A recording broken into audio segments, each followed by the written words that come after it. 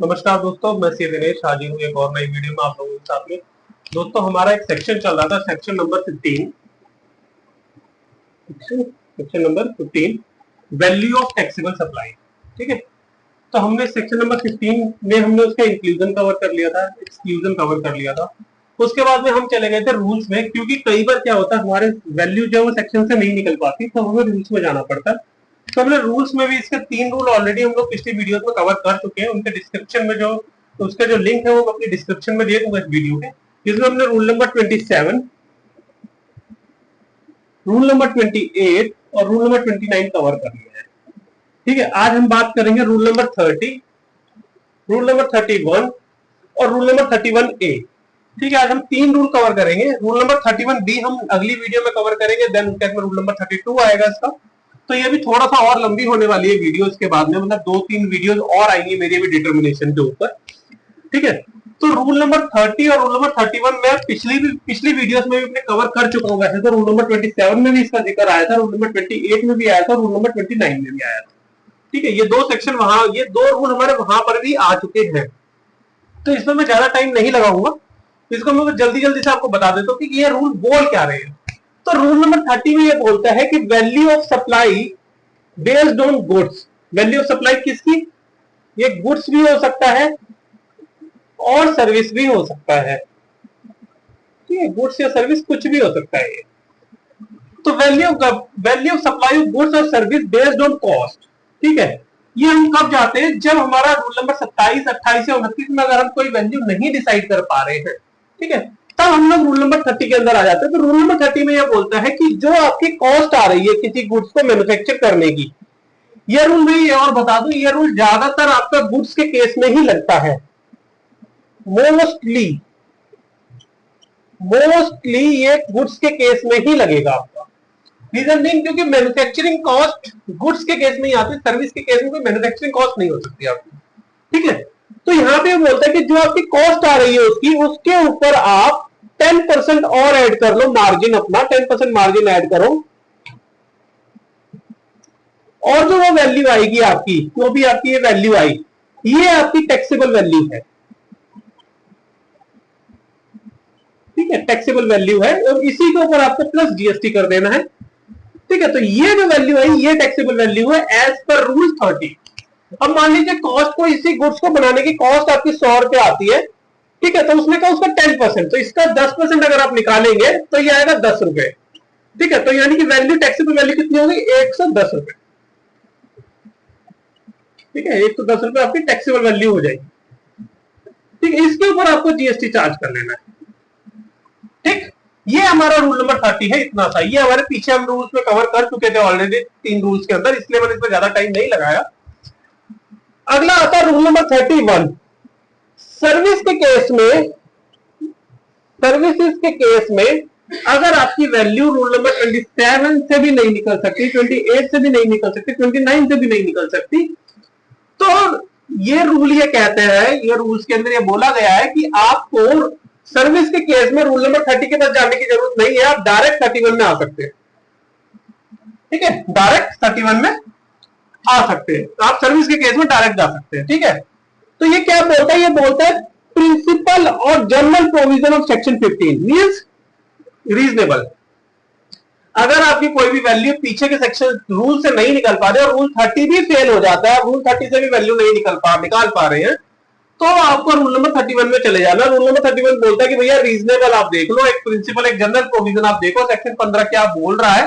Section 15 के हिसाब से वो बोलता है कि यार भाई आपके पास में जो है, अगर जो वैल्यू मिली हुई है वो सोल कंसीडरेशन में सिर्फ मनी में दे रहे हैं, उसमें कोई खर्चे वगैरह इंक्लूड करने हैं आपको।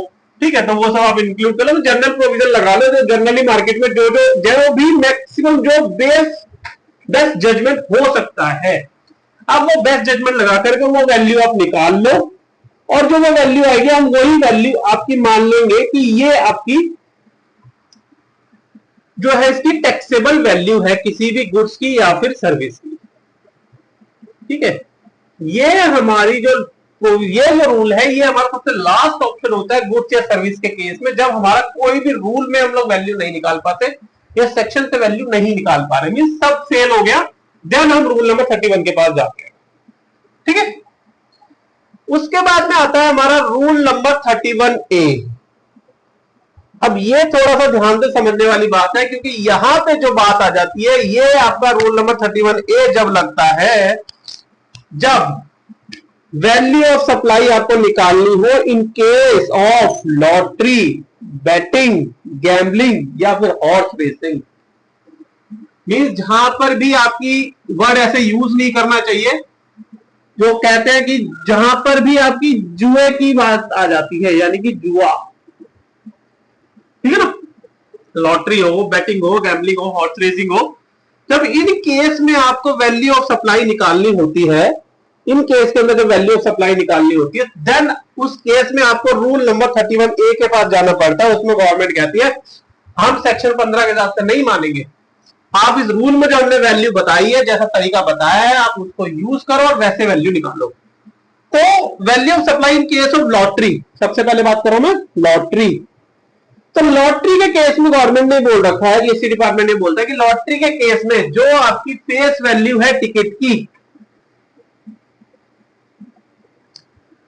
जो वैल्यू आपकी फेस वैल्यू है, जो टिकट मान लीजिए अगर 1000 रुपए की है, ये फेस वैल्यू है उसकी, ठीक है। तो आपको अगर इसकी टैक्सेबल वैल्यू निकालनी तो आपको रिवर्स कैलकुलेशन करनी पड़ेगी, ठीक है। तो उसमें क्या बोला कि उसमें मान लो कि भैया ये 128% है, मींस इसको 100 से मल्टीप्लाई करो और 128 से डिवाइड कर दो, ठीक। तो ये कितना आएगा, एक मिनट में कैलकुलेट करके बताता हूं, ये वैल्यू कितनी आएगी आपकी बाय 128, यानी कि 781.25, समझ गए। लॉटरी के केस में गवर्नमेंट ये बोलती है कि जो भी फेस वैल्यू है उस टिकट की, जो लॉटरी आपने खरीदी है उसकी जो फेस वैल्यू है उसको 100 से मल्टीप्लाई करो और 128 से डिवाइड कर दो। ये आपका रूल में लिखी हुई है, ये वैल्यू मैंने कहीं से उठाई नहीं है, ऑलरेडी रूल में मेंशन है हमारे, ठीक है। या फिर जो प्राइस स्टेट गवर्नमेंट ने निर्धारित किया है, या फिर जो प्राइस स्टेट गवर्नमेंट ने निर्धारित किया है, whichever is higher, whichever is higher. अब ये मैं क्यों बोल रहा हूं, क्योंकि आपको पता होगा कि कुछ स्टेट के अंदर लॉटरी लीगल है, दिल्ली में लीगल नहीं है, बट अगर आप केरला साइड में जाएंगे तो वहां पे आप देखेंगे तो मार्केट के अंदर आपको दुकानें मिलेंगी जो लॉटरी की टिकट बेचती है बकायदा, ठीक है। क्यों, क्योंकि केरला स्टेट के अंदर लॉटरी लीगल है आपकी, ठीक है। तो इसलिए गवर्नमेंट बोलती है कि लॉटरी के केस में जो आपकी वैल्यू निकलेगी वो फेस वैल्यू या तो टिकट प्राइस का, या फिर जो प्राइस गवर्नमेंट ने, स्टेट गवर्नमेंट ने निर्धारित कर रखा है, विच एवर इज हायर, जो भी ज्यादा होगा। मीन्स मान लीजिए यहाँ पे लॉटरी की फेस वैल्यू थी 1000 रुपए, उसको हमने अगर इस वैल्यू इसके हिसाब से, इस फॉर्मूले के हिसाब से निकालते तो हमारी वैल्यू आती है 781.25, बट स्टेट गवर्नमेंट ने 800 रुपीज फिक्स कर रखा है उस टिकट का, तो यहां पे जो वैल्यू होगी वो 800 हो जाएगी, ठीक है, whichever is higher.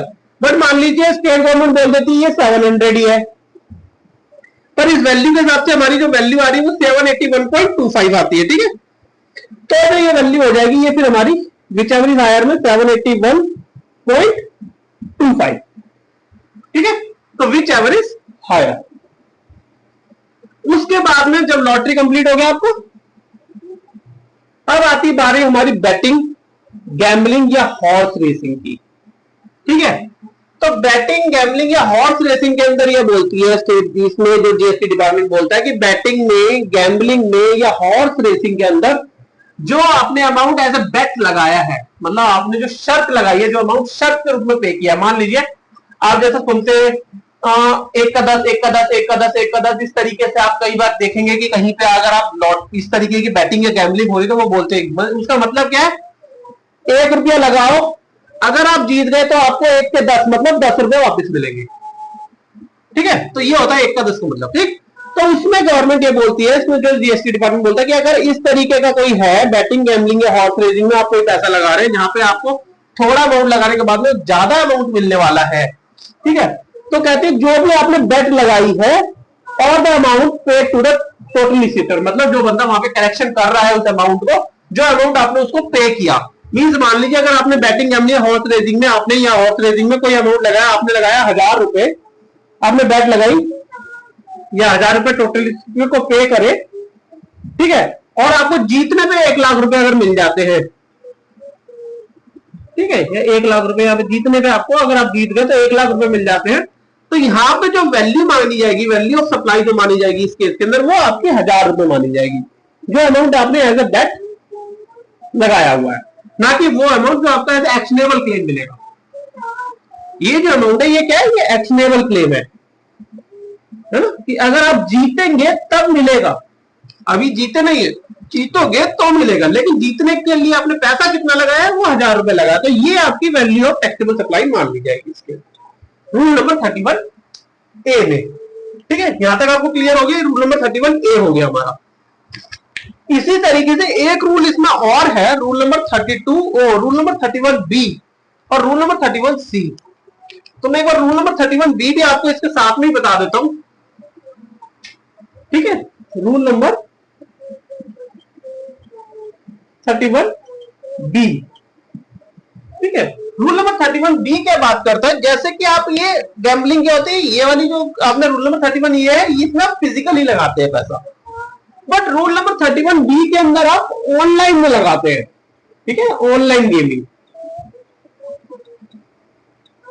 Online gaming के अंदर अगर आप पैसा लगा रहे हैं तो वहां पे जो अमाउंट आप पे करते हैं ऑनलाइन गेम को खेलने के लिए, तो वहां पे जो प्राइस आप पे कर रहे हैं वो अमाउंट आपका माना जाएगा जो पेड है,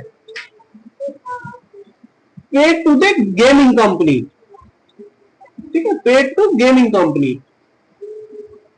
जो भी आप गेमिंग कंपनी को पैसा पे कर रहे हैं, ठीक, तो वो हमारा रूल नंबर 31B के अंदर कवर होता है।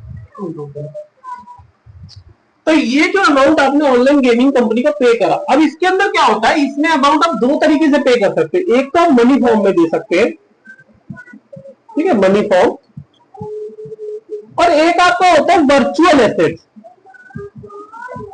Virtual asset. इसमें वर्ड क्या है, पेड और पेबल, मतलब कैसे भी हो, आपने मनी फॉर्म में दे दिया, ये वर्चुअल एसेट, वर्चुअल एसेट का मतलब क्रिप्टो करेंसी, ठीक है, क्रिप्टो में दिया आपने,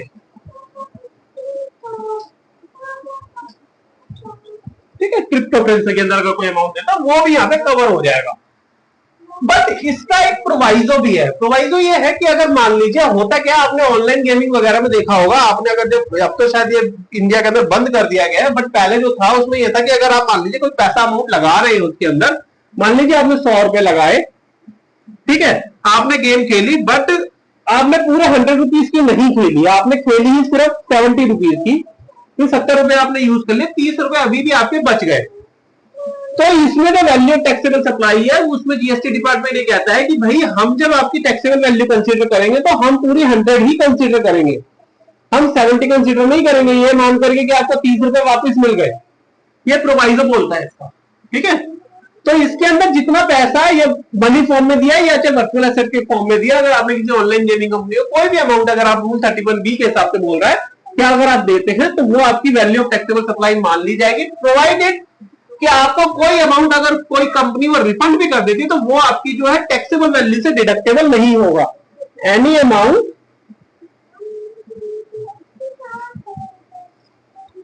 refund by company not deductible from taxable value, not deductible from taxable value। ठीक है, तो ये रूल नंबर 31B बोलता है हमारा।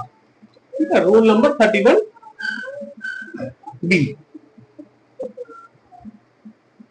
ठीक है, ये रूल है, ये हो गया हमारा ऑनलाइन गेमिंग का। ठीक है, तो हमने कौन कौन सा रूल कवर कर लिया, रूल नंबर 30 हमने कवर कर लिया, जिसमें वो बात करता है on the base of the cost, means cost plus 10% margin ले लीजिए, वो आपकी टैक्सेबल वैल्यू मान ली जाएगी। Rule number 31 means reasonable, best judgement लगा लीजिए as per section 15 general provision use करके, जो वैल्यू आपका निकलते, अगर आप कहीं से नहीं निकाल पा रहे तो आप इस रूल के अंदर जा सकते हैं। ये हमारे गुड्स और सर्विस का पार्ट कवर हो जाता है इन दो सेक्शन को खत्म करने, दो रूल को खत्म करने के बाद। फिर शुरू होता है हमारे स्पेशल केसेस हैं, रूल नंबर 31A, जिसमें वो बात करता है कि हमारी value supply lottery, batting, gambling या हॉर्स रेसिंग के केस के अंदर कैसे निकाली जाएगी, वो ये रूल बताता है, जिसमें लॉटरी के केस में उसने बोला हुआ है कि जो फेस वैल्यू है टिकट की उसको 100 से मल्टीप्लाई डिवाइडेड बाय 128, ये हमारी फिक्स है वैल्यू उसके अंदर दी हुई है उनके अंदर, या फिर जो प्राइस स्टेट गवर्नमेंट ने फिक्स कर रखा है विच एवर इज हायर, इन दोनों में से जो भी हायर आ रहा होगा। बैटिंग गैम्बलिंग या हॉर्स रेसिंग के केस के अंदर जो भी आपने बैट अमाउंट दिया है वो 100% आपका टैक्सेबल वैल्यू है, उसी को टैक्सेबल वैल्यू मान ली जाएगी, उसी के ऊपर आपको जीएसटी पे करना है। रूल नंबर 31B बोलता है ऑनलाइन गेमिंग के केस के अंदर अगर आपने कोई भी amount as a money form दिया है या एज अ वर्चुअल एसेट दिया है, वर्चुअल करेंसी के अंदर भी अगर कोई वर्चुअल डिजिटल एसेट के अंदर भी अगर आपने दिया तो वो भी आपकी वैल्यू ऑफ टैक्सेबल सप्लाई में मान ली जाएगी, उसकी वैल्यू चेक कर ली जाएगी। और इसका एक प्रोवाइजो है रूल 31B का, वो ये कि अगर कोई भी अमाउंट रिफंड होता है आपको कंपनी के द्वारा तो वो आपकी टैक्सेबल वैल्यू से डिडक्ट नहीं होगा। ठीक है, अगले जो वीडियो आएगी उसके अंदर हम लोग इसका रूल नंबर 31C कवर करेंगे, देन रूल नंबर 32 शुरू करेंगे हम लोग। इसका जो रूल नंबर 32 है उसको थोड़ा मैं और डिटेल में बताऊंगा, रीजन भी उसके अंदर हमारा आता है कि हम जब फॉरेन करेंसी को जब हम एक्सचेंज करवाते हैं तो उस केस में वैल्यू कैसे निकाली जाती है, उस केस में टैक्सेबल वैल्यू क्या बचेगी हमारी, क्या बननी चाहिए। ठीक है, तो ये रूल बहुत ही इंपॉर्टेंट है इस केस में। ये रूल नंबर 32 बहुत इंपॉर्टेंट है क्योंकि ये ज्यादातर केस में जब आप फॉरेन करेंसी खरीदने के लिए जाते हैं या एक्सचेंज कराने के लिए जाते हैं या बेचने के लिए जाते हैं तो रूल नंबर 32 के हिसाब से ही वैल्यू निकलती है।